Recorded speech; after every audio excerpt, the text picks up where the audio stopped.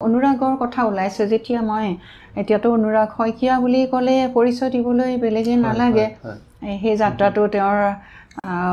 একদম ভালকৈ যদি মনত আছে যুগদ্ৰষ্টাৰ পৰা আৰম্ভ হৈছিলে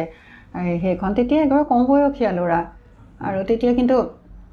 তাৰ পাছত আইফা বঁটা পালে আৰু তাৰ মাজত বহুত কথা তেওঁ মানে ইমানেই সাফল্য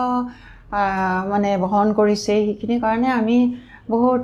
গৌৰৱান্বিত আৰু এটা কথা বেছি ভাল লাগে যে নবীনৰ সম্পাদক আছিল অনুৰাগ শইকীয়া নবীনৰ সম্পাদক আছিল সেইটোতো এটা কথা আছে সেইখিনি সময়ত যে ঠিকনাটো কি লিখিছিলে ঠিকনা আৰু দুটা কথা অনুৰাগ তেতিয়া মানে একেবাৰে জুনিয়ৰ বুলি কওঁ আৰু ৰক্তিম ঠাকুৰীয়াৰ পিছতে অনুৰাগে দায়িত্বটো লৈছিল আৰু যেতিয়া আমাৰ মানে মিটিং হয় সেইটো আগতে কৈ লৈছোঁ তেতিয়া কি কৰে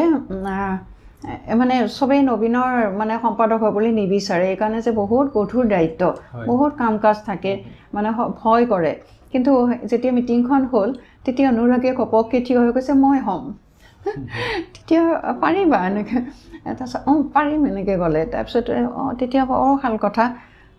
খুব ভাল লাগিল তেতিয়া কিন্তু মানে ভাবিছোঁ ইমান সৰু ল'ৰা এনেকুৱা লাগিলে কিন্তু কাম কাজবিলাক দেখিছোঁৱেই আৰু তাৰপিছত এই আমাৰ মানে আড্ডা হয় আমাৰ যিবিলাক নিয়মীয়া সভা হয় তেতিয়া এখন আমাৰ ৰেজিষ্টাৰ বুক থাকে তাতে নামবোৰ লিখিব লাগে তাত ঠিকনা লিখিব লাগে তাত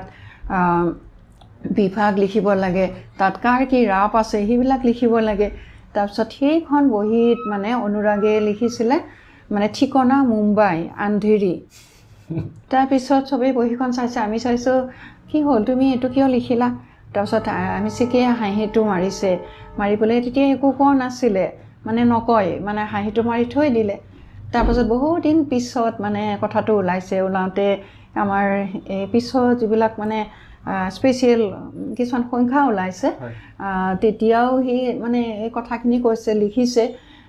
যে আচলতে এই যে এটা সপোন মানে সপোন এটা এনেকুৱা এটা সপোন দেখিব লাগে সেইটো সপোন হয়তো এটা ঢুকি নোপোৱা সপোনো হ'ব পাৰে কিন্তু সেইটো সপোন যেতিয়া একান্ত মনে মানুহে